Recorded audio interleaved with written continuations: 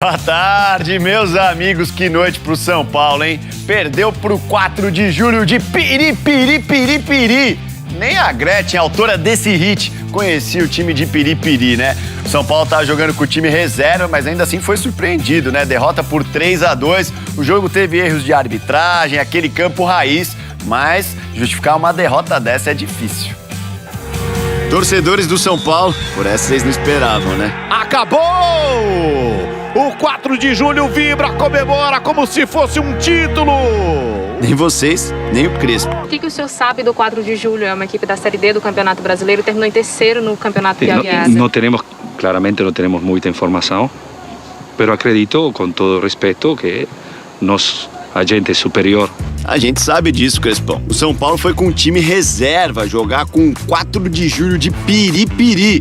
Mas a partida foi na capital do Piauí, em Teresina. Rolou de tudo, desde a aglomeração no aeroporto na chegada do time até invasão de torcedores ontem lá no estádio. No meio da pandemia, pessoal. Não pode, né? Aí tiraram eles de lá. No campo, aquele calorzão danado do Piauí, gramado, dureza.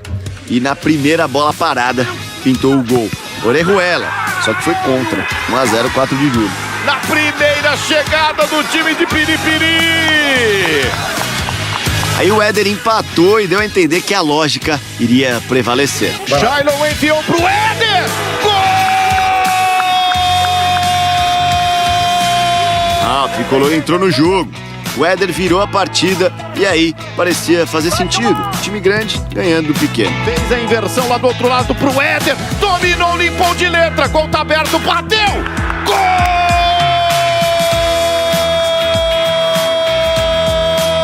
De novo! Mas se tem um esporte em que o pequeno tem chance de ganhar do grande, esse esporte é o futebol. Não é Gilmar Bahia, meu querido. Do Gilmar Bahia! Pra empatar o jogo! Orejuela correndo de novo na contramão. Toca, deixa a bola viva na grande área. E nem sempre o futebol é justo. Porque ontem, sem VAR, a arbitragem não pegou o impedimento do Gilmar. Tava na frente, né, Gilmarzão? Ele tava tão na frente que o torcedor meteu essa nas redes sociais. O cara do 4 de julho tava tão adiantado que ele já tava em 4 de agosto. Essa foi boa, vai. O Gilmar, além de zagueiro, também é profeta. Não leve a concorrência a mal, hein, Hernandes? Nós temos que ganhar o jogo. Nós vamos ganhar o jogo, essa é a certeza. E não é que ele tinha razão. Mais uma bola parada, mais um gol do 4 de julho. 3-2.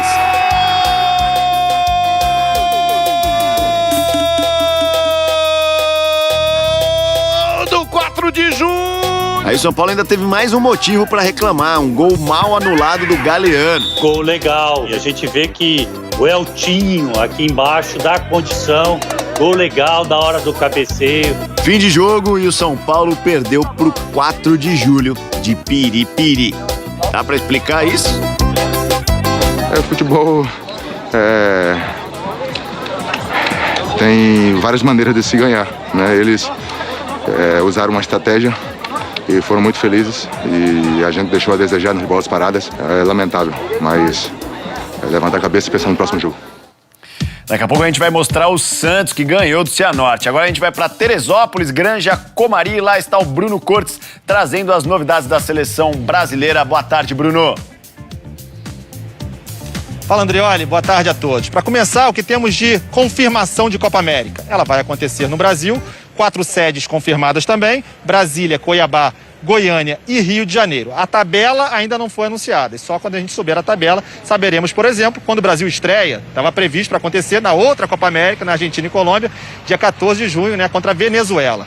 Hoje teve o último treino aqui na Granja Comari, da seleção brasileira, que já embarca para Porto Alegre hoje à tarde. E nesse último treino, o Tite deu indícios de mudanças no time titular, mudanças importantes. 2 titulares absolutos, por exemplo, que jogaram os 4 jogos das eliminatórias como titulares, estavam entre os reservas, Renan Lodge e Firmino. A gente vai ver agora na reportagem de Eric Faria, que explica um pouco mais sobre esse treino de hoje de manhã. Com licença, Copa América. Mais do que um pedido, é uma ordem dentro da seleção. Antes do torneio, há 2 confrontos pelas eliminatórias para a Copa do Catar. E os 24 jogadores que estão treinando na Granja Comari foram convocados exatamente para enfrentar o Equador e o Paraguai. Depois é depois. Por isso, a comissão técnica está blindando o grupo e deixando todo mundo fora de qualquer polêmica sobre a competição que vai acontecer aqui no país. Nos 2 últimos dias, as coletivas virtuais que estavam marcadas foram canceladas. Menos entrevistas e mais treinos, o que não deixa de ser uma fórmula conhecida no futebol de hoje em dia. E aqui em Teresópolis, a seleção brasileira seguiu essa cartilha bem direitinho. A Granja Comari fechada faz parte dos protocolos por causa da pandemia. E como faz mais de 6 meses que a seleção não entra em campo, Tite tem bastante o que fazer e o que pensar. Hoje pela manhã, o treinador já esboçou o que pretende fazer na sexta-feira. Uma primeira escalação teve Alisson no gol, Danilo, Éder Militão, Marquinhos e Alexandro, Casimiro, Fred, Lucas Paquetá, Richarlison, Neymar e uma dúvida ficou no ar. Gabriel Jesus ou Gabigol?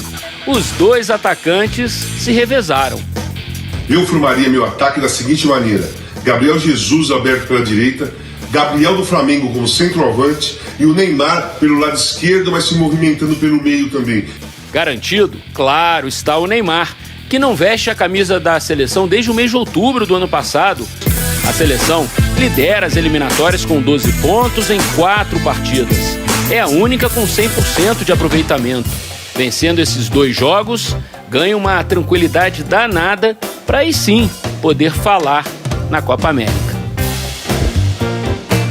O Palmeiras estreia na Copa do Brasil amanhã contra o CRB e o Abel tá achando que não estão entendendo o português de Portugal. Então o Globo Esporte apresenta o dicionário de português para português no futebolês.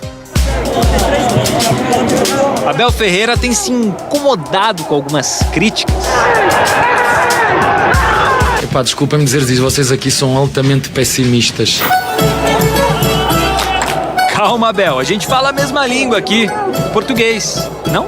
O que eu sinto, sinceramente, é que eu acho que o português de Portugal é diferente do português do Brasil, é o que eu sinto. Não é só sentimento seu, não. A língua é a mesma, mas tem lá suas diferenças, pá. Só pegar qualquer fala do Abel. Ou a grande oportunidade e flagrante de refrescar o meio campo, foi isso que nós pretendemos.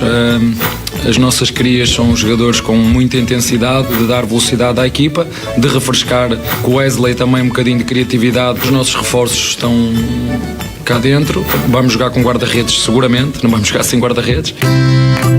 Vamos então ao dicionário português no futebolês.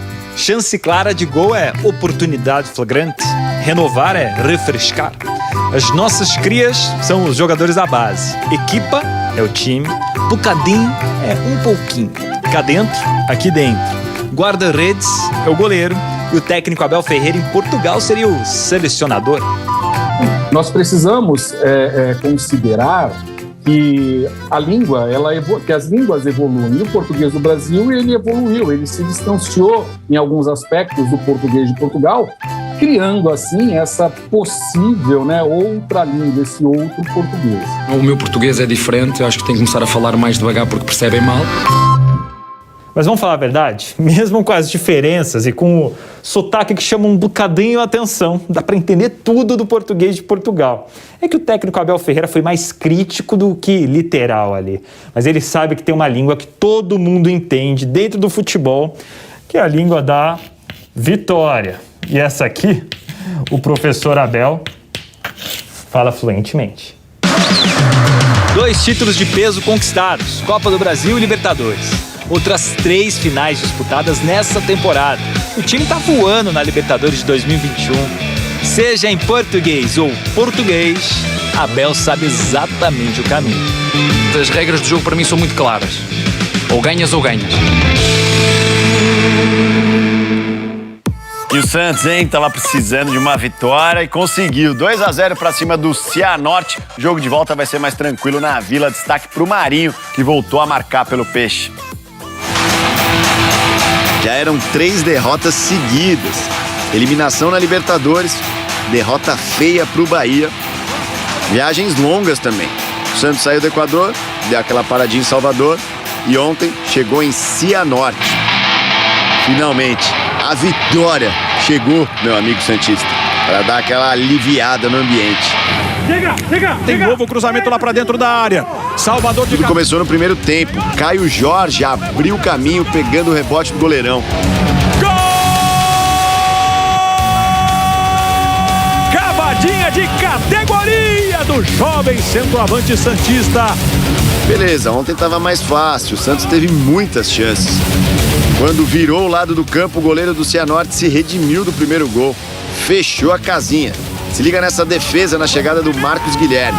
Bate na trave depois de Bruno tocar nela. O time foi muito intenso. Todo mundo se entregou muito, marcou muito. A gente fez marcação, pressão praticamente o jogo todo. A única questão que faltou hoje é aproveitar melhor as chances criadas. O Marinho que o diga, hein? O homem voltou. Tentou de todos os jeitos. De direita, de esquerda. Quem sabe agora o segundo, Marinho!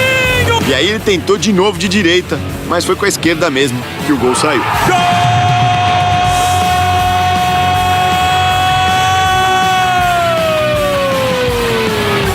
Olha ele aí! Quem disse que a noite ia passar sem um mini míssil aleatório dele? O cara nem comemorou. Não, comemorou sim. Vem ver minha tatuagem, coraçãozinho. Ah, isso aí, Marinho, tamo junto. 2-0 Santos, vitória que dá tranquilidade pro jogo de volta. É o Santos com um pezinho na próxima fase da Copa do Brasil, pra espantar a crise. Olha ele aí! E hoje é a vez do Corinthians na Copa do Brasil, né? Um jogo mais difícil, vai pegar o Atlético Goianiense, que venceu o Timão na abertura do Brasileiro, na casa do Corinthians, né? Hoje, a partir das 9h30, você vê na Globo. O corintiano já sabe, reforço só se vier da base.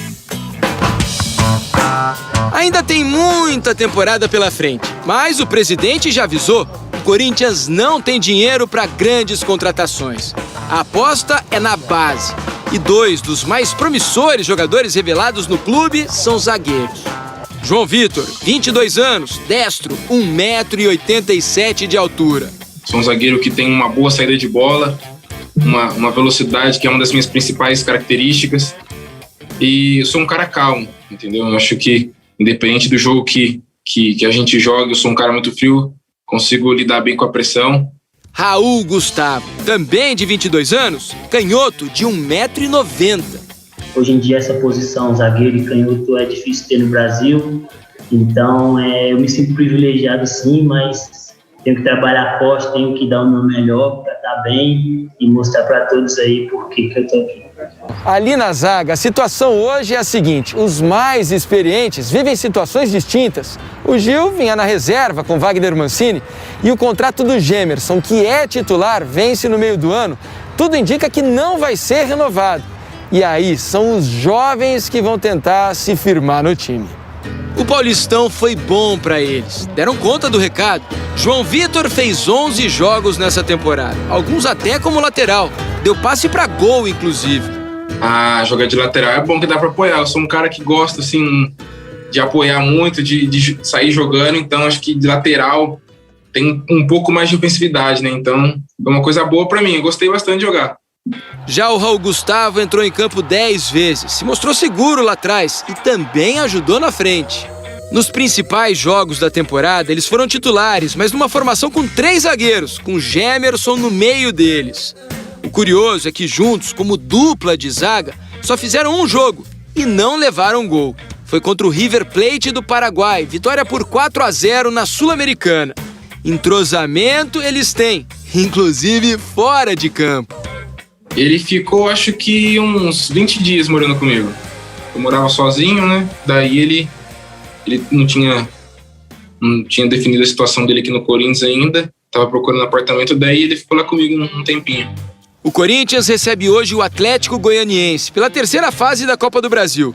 E os 2 jovens zagueiros podem pintar no time titular do técnico Silvinho, que assim como eles, também foi formado na base. Gosto muito da filosofia de trabalho dele, é um cara que preza muito, primeiro o setor defensivo, para depois pensar em atacar. Então a gente vai torcer para que dê tudo certo e vamos fazer dar tudo certo. João Vitor e Raul, Em tempos de dinheiro escasso no Corinthians, eles têm potencial para ajudar hoje em campo. No futuro, quem sabe, a dar uma engordada nas contas do clube.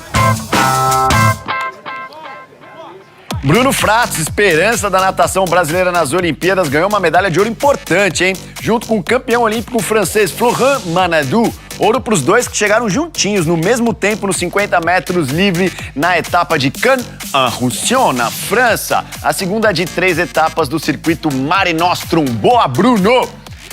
E na ginástica, a gente também tem esperança de medalha pro Brasil, hein? Vamos mostrar aí, ó. Os aros olímpicos viraram um acessório indispensável. Eu não sirvo pra nada. É pra ter aquela certeza de lembrar por que eu tô treinando, pra que eu tô me preparando e onde eu quero chegar mais uma vez. Rebeca Andrade tem uma coleção de medalhas de etapas da Copa do Mundo de Ginástica. Marcou presença na Olimpíada do Rio em 2016, mas em Tóquio ela quer fazer a diferença. Esse é o objetivo, assim, eu quero muito ir pra Tóquio. A concorrência para chegar lá é forte, hein? Jade Barbosa, outra colecionadora de títulos, está recuperada da lesão no joelho e pronta para dar trabalho. Então realmente abriu um fio de esperança e a vaga de quem for vai ser merecida, é isso que a gente imagina. O Pan-Americano de Ginástica, que vai acontecer no Rio de Janeiro este fim de semana, será também classificatório para os Jogos Olímpicos. Mas não são apenas as mulheres que estão nessa luta pela vaga olímpica. Diogo Soares promete muita concentração nas paralelas para buscar o seu lugar em Tóquio. Aos 19 anos, Diogo, medalhista nos Jogos Olímpicos da Juventude e também no Mundial Júnior, tenta controlar a ansiedade do sonho olímpico pensando por partes. Não adianta nada você pensar na Olimpíada se não competir bem o PAN. Daqui a pouco a gente volta para mostrar dirigente da Série A ameaçando o jogador. Ó, não perde, fica aí. Notícia do blog da Gabriela Moreira sobre o Cuiabá, hein? O processo na Justiça Trabalhista, o zagueiro Luiz Gustavo afirma ter sido ameaçado e assediado moralmente pelo Cristiano Dresch, que é o vice-presidente do clube. Vamos ouvir o áudio com a ameaça. Eder viu você falando. Falei o quê? Não, besteira. Falando mal do clube, que uma hora machuca o joelho, outra hora... O que eu tiver pra te falar, eu falo pra você, Cristiano. O que eu tiver pra te falar, eu falo pra você. Eu não tenho nada de conversar com você, não. Eu sei onde você mora. Tem... Hã? Eu sei onde você mora, viu? Aí, daí? Você tá na minha terra. Valeu, falou, é nóis. Boca sua de novo aí pra você ver, seu vagabundo. Valeu, é nóis. Absurdo, totalmente lamentável. Hoje na tela da Globo, 9h30, tem Copa do Brasil, Corinthians e Atlético Goianiense. Na sequência tem a volta do Segue o Jogo com o Lucas Gutierrez e com o Paulo Nunes. Tchau, galera. Até amanhã.